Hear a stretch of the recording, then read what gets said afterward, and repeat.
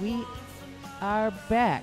You are listening to Live from the Heartland, which comes to you every Saturday morning from the Heartland Cafe on the corner of Lunt and Glenwood, where people, moms, dads, friends, girlfriends, boyfriends, are all chowing down on whole wheat biscuits and buckwheat cakes and turkey bacon, and I'm just up here talking with people and smelling those smells and having some coffee. So join us every week if you'd like on WLUW 88.7. We just heard from Morrissey. I'm throwing my arms around Paris. Thank you, Susan Dunn, our in-studio engineer. Thank you for that.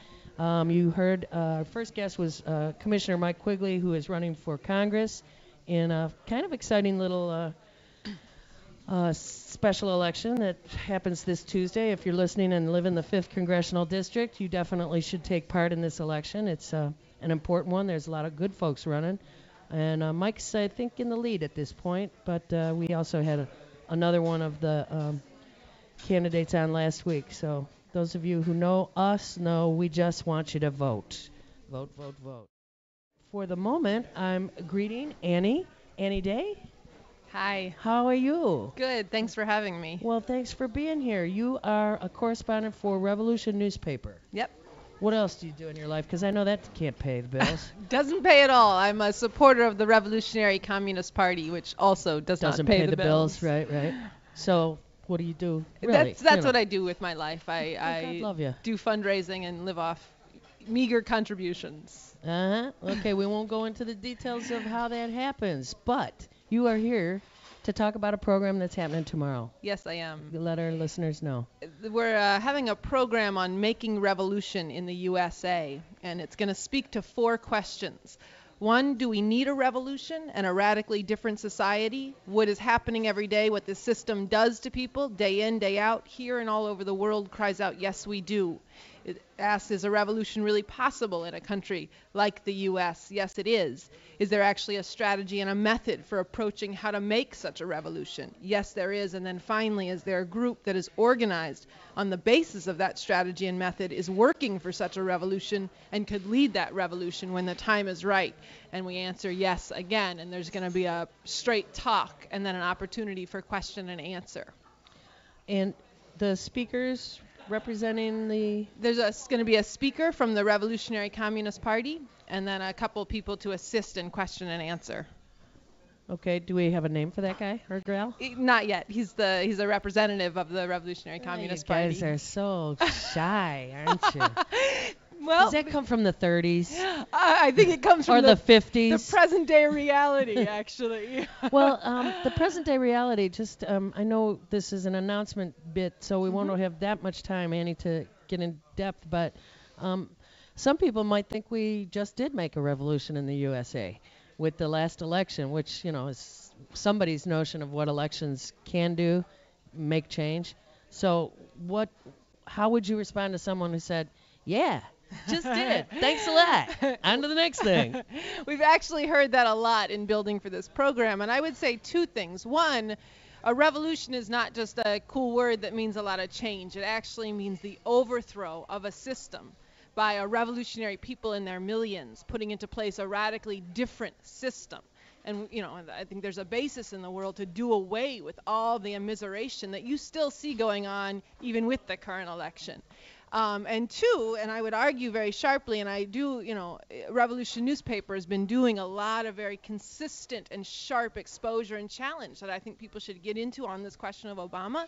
But in particular, look, this is the newest commander-in-chief of the American empire and means nothing but more horrors for the people of the world. I was just listening this morning. Unless, of course, he just ends the war. Well, no, actually, I was just listening this morning to his speech that he gave to the troops at Lejeune, because his version of ending the war is 50,000 troops remaining in Iraq and 30,000 additional troops in Afghanistan. And we know what those troops have meant when they've bombed wedding party after wedding party. I just watched Taxi to the Dark Side, where you see what the American troops did to Dilawar, a taxi driver, where they beat his legs bloody to a pulp until he died of a blood clot. What are we talking about here? What are we? We're talking about the war that Obama's promised to continue. But I mean, in that incident that you just mentioned, tell people when and where. I'm sorry. People should see this movie, Taxi to the Dark Side. It gets into it very... Taxi to the Yeah, Dark it's a Side. film about a man, Dilawar, who was a taxi driver. And it exposes that story. They can also go to revcom.us, and there's actually been articles about this. But I'll just say one more thing about Obama. One of the things he said in his speech to the troops at Camp Lejeune was, "There's no greater honor than being your commander-in-chief." And then he also ended his speech, "Hooah." Well, what has that meant? What does it mean to be the commander-in-chief of the American Empire?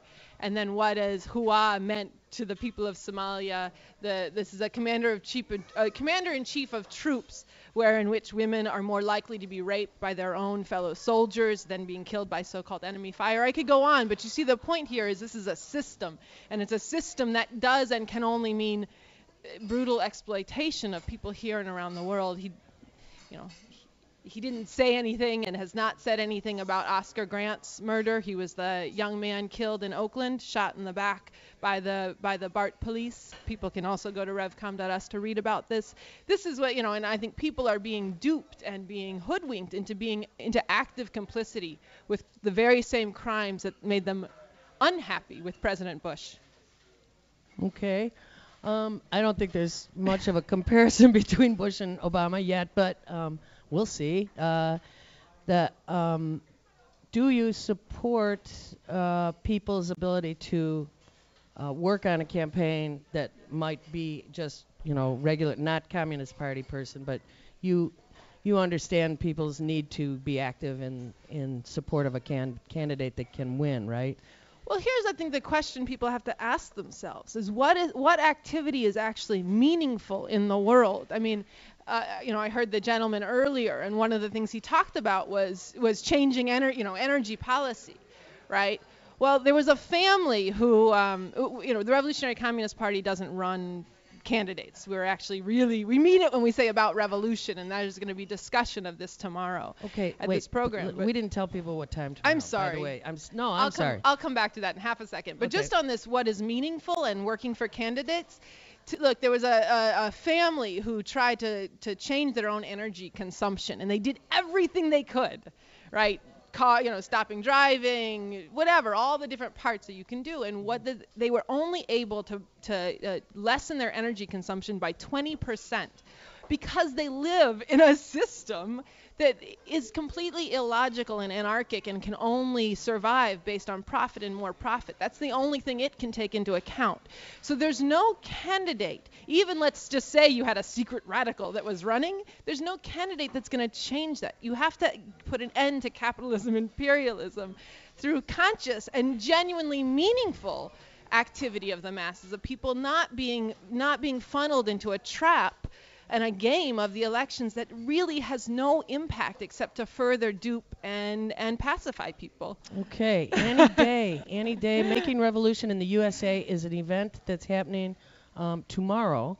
And tell us where and when. It's tomorrow at 1 p.m. at the University Center in Chicago, 525 South State Street. It's across the street and a half a block south of the Harold Washington Library. Again, that's University Center, tomorrow at 1 p.m. And I do think the questions I posed in the beginning, and the question of whether or not a revolution is possible, how a revolution could be made, and who could lead that revolution, are burning and urgent questions for people in this country and the people of the world. And for people who really want a different world, we are arguing that what we should not and cannot not only give up the dream of revolution, but we actually have to fight to make that a reality.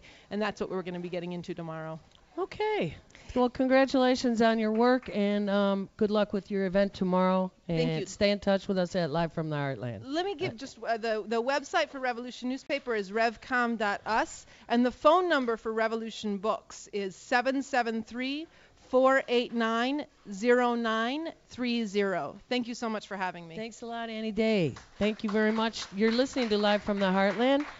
And our final guest is coming up, and we'll just have about a minute or two of music while we prepare for the final guest, Debbie Hillman, and come back to us right after this break.